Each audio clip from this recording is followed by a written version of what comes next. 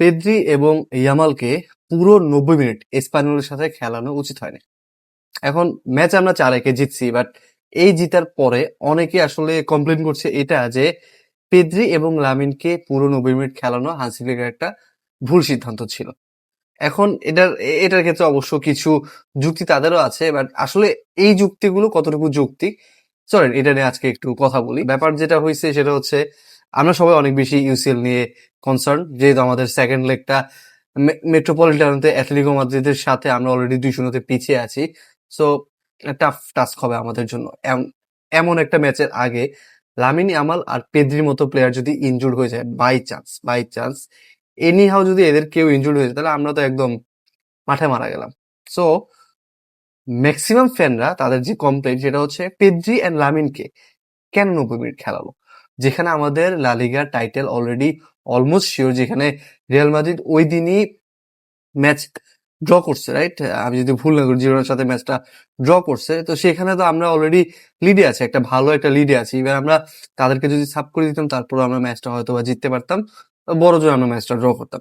এখন ঠিক আছে, আমি আসলে এটা পুরোপুরি ডিসএগ্রি করবো না যে পেদ্রি লামিনকে পুরো 90 মিনিট খেলানোটা একটু রিস্কের মধ্যে পড়ে না। ইয়েস, এটা একটু রিস্কি ডিসিশন ছিল হান্সি ফ্লিকের, but he is the boss. আপনার মানতে হবে he is the boss and he knows how to operate this team much better than us, যারা আমরা ভিডিওর সামনে আছি ক্যামেরা নিয়ে বসে কথা বলি, অথবা ক্যামেরার পিছনে যারা আছি, যারা আমরা আসলে টিম নিয়ে ডিসকাশন করি, তাদের থেকে অবশ্যই হান্সি ফ্লিক ভালো জানে। এখন এখানে আরেকটা ব্যাপার আছে যেটা সবচেয়ে বেশি ইম্পর্টেন্ট, যেই কারণে আমি আসলে ভিডিওটা করছি, আর অনেক ফ্যানদের মধ্যে এই ব্যাপারটা কাজ করছে যে UCL is the first priority for us then La Liga. মানে লা লিগার এই সিজনে যেই ম্যাচগুলোই বাকি আছে, অথবা যতটুকু সিজনের বাকি আছে, এই লা লিগার থেকে আমাদের ইউসিএলটা আসলে অনেক বেশি ইম্পর্টেন্ট। বাট এক্ষেত্রে কি আপনি লা লিগাকে কিছুটা হলেও ছোট করে দেখতেছেন না? আমি আমি অ্যাজ এ বার্সেলোনা ফ্যান আপনাকে আসলে প্রশ্ন করব, আপনি কিভাবে কিভাবে আসলে লা লিগার টাইটেলটাকে ছোট করে অথবা হেয় করে দেখতেছেন? লাস্ট 20 ইয়ার্স আমি যদি ভুল না করি, বিগত 20 বছরে বার্সেলোনা 11টা লা লিগা টাইটেল জিতছে, যেখানে রিয়াল মাদ্রিদ মাত্র 7 বার জিতছে আর অ্যাটলেটিকো মাদ্রিদ 2 বার জিতছে। অর্থাৎ 20 বছরে 11টা লা লিগা টাইটেল জিতে, it's it's not everyone's cup of T.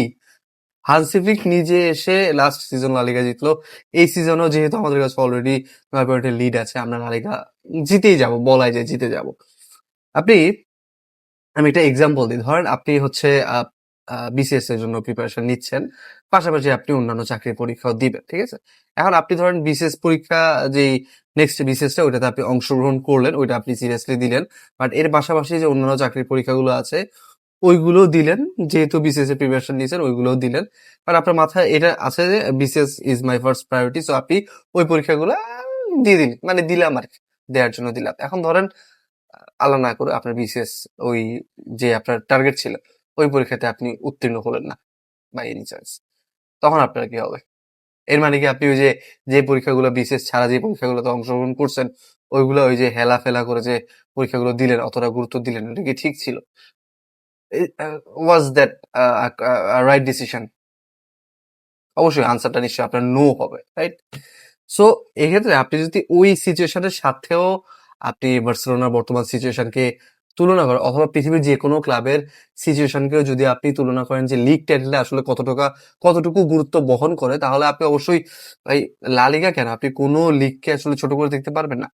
Hour first priority should always be লা লিগা, টু উইন দ্য লা লিগা। লা লিগা কোনো ছোটখাটো লিগ না যে আপনি আসলেন, খেললেন, জিতে গেলেন। রিয়াল মাদ্রিদ কেন পারে না? The best club in the world. অবশ্যই আপনি এখানে কোনো আর্গুই করতে পারবেন না যে the best club in the world is Real Madrid. And Real Madrid যদি লাস্ট 20 বছরের মতো 7 বার লা লিগা জিততে পারে, তাহলে আমরা কেন 11 বার জিততে পারলাম? Because we deserved to win the লা লিগা। আমরা ভালো খেলছি বলে আমরা জিততে পারছি। দ্যাট ডাজন্ট মিন যে আমরা ইউসিএল কে গুরুত্ব দিব না, অথবা এটাও মিন করতেছি না যে ইউসিএল এর গুরুত্ব দিতে গিয়ে আমরা লা লিগাকে লাইক কিছু ছোটখাটো একটা লিগ হিসেবে গণ্য করবো। তো আপনি আসলে যদি মনে করেন যে yes UCL should be our first priority right now, yes you are right, but আপনি লা লিগাকে কোনোভাবে ছোট করে দেখতে পারবেন না।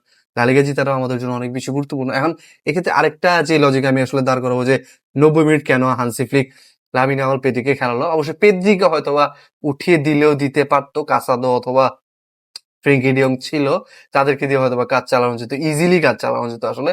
বাট লামিনকে 90 মিনিট পর্যন্ত রাখার হয়তো একটা লজিক দাঁড় করানো যেতে পারে যে লামিনের একটা গোল দরকার ছিল। লাস্ট কয়েকটা ম্যাচ ধরে দেখা যায়, স্পেশালি আমি যদি অ্যাথলেটিকোর সাথে প্রথম লেগের কথা বলি, ওই ম্যাচে কিন্তু সে পার্সোনাল মানে ইন্ডিভিজুয়াল ব্রিলিয়ান্সের মাধ্যমে কিছু চান্স ক্রিয়েট করে, বাট আনফরচুনেটলি কোনো গোল পায় নাই। সো তার যে কনফিডেন্স, এটা অবশ্যই একটু একটু একটু একটু হলো ডাউন ছিল। So, এই ম্যাচে যেহেতু সে একটা গোল পাইছে এন্ড তার সেলিব্রেশন দেখার মতো ছিল। ভাই, আপনি গোল অলরেডি, বল কিন্তু জালে জড়ায় নাই, স্টিল আপনি অলরেডি সেলিব্রেশন করা শুরু করে দিয়েছেন। That means he has got back the confidence. So এই কনফিডেন্সটা ব্যাক করার জন্য হলেও লামিনের এই গোলটা দরকার ছিল, and that might be the reason why Hansi Flick kept him till the 90th minute. So yes, confidence পাওয়ার জন্য এই ম্যাচে লামিনের গোল পাওয়াটা অনেক বেশি দরকার ছিল। দ্যাটস ওয়াই আমি যদি বলি তাকে 90 মিনিট খেলানোটাও ফেয়ার এনাফ, ফেয়ার এনাফ। আর একটা রিদমেও থাকলো প্লেয়ারটা আপনার। হ্যাঁ, একটু রিস্কি ডিসিশন ছিল, বাট ওই যে বললাম, Hansi Flick nose better than every one of us. So yes, আপনি হয়তো বলতে পারেন যে লামিন পেদ্রিকে খেলানো উচিত হয় না, বাট হান্সি ফ্লিকের লজিক অনুযায়ী that was right decision. And আপনি যদি মনে করেন যে UCL is our first priority right now, you're right, but La Liga মানে আমাদের উচিত না লা লিগাকে কোনোভাবে ছোট করে দেখা, and we should also focus on La Liga. ধরেন আমরা এসপানিওলের সাথে ম্যাচটা যদি বাই চান্স হেরে যেতাম অথবা ড্র করতাম, আমাদের মোরাল কিন্তু ডাউন হতো। এক্ষেত্রে আমরা একটা বাজে একটা কনফিডেন্স নিয়ে কিন্তু আমরা অ্যাথলেটিকোর সাথে ম্যাচটাও খেলতে যেতাম, প্লাস লা লিগাতে আমাদের একটু পা হরকে যেত, হয়তো ওইখান থেকে আমরা লা লিগা জিতে যেতাম। বা যেই কনফিডেন্সটা আমরা এই এসপানিওলের সাথে 4-1 ভিক্টরির মাধ্যমে গেইন করছি, ওইটা হয়তো হেরে গেলে অথবা ড্র করলে ওই কনফিডেন্সটা আমাদের থাকতো না। সো ইয়েস, ওভারঅল আমার মনে হয় যে হান্সি ফ্লিক ওয়াজ অ্যাবসলিউটলি রাইট। যে ডিসিশন উনি নিছে, that's perfectly right for us. And hopefully যে কনফিডেন্স নিয়ে আমরা এসপানিওলের ম্যাচ থেকে বের হয়ে আসছি, আমার মনে হয় যে একই কনফিডেন্স নিয়ে আমরা মেট্রোপলিটানোতে অ্যাথলেটিকোর সাথে খেলবো সেকেন্ড লেগটা। অ্যান্ড হোপফুল যে আমরা ম্যাচটা আসলে জিতবো, আরেকটা রেমন্তাদা আমরা দেখবো। এটাই এক্সপেকটেশন। অ্যান্ড টিল দেন ভালো থাকবেন, অ্যান্ড ভিস্কাল বার্সা আর ফলো করেন।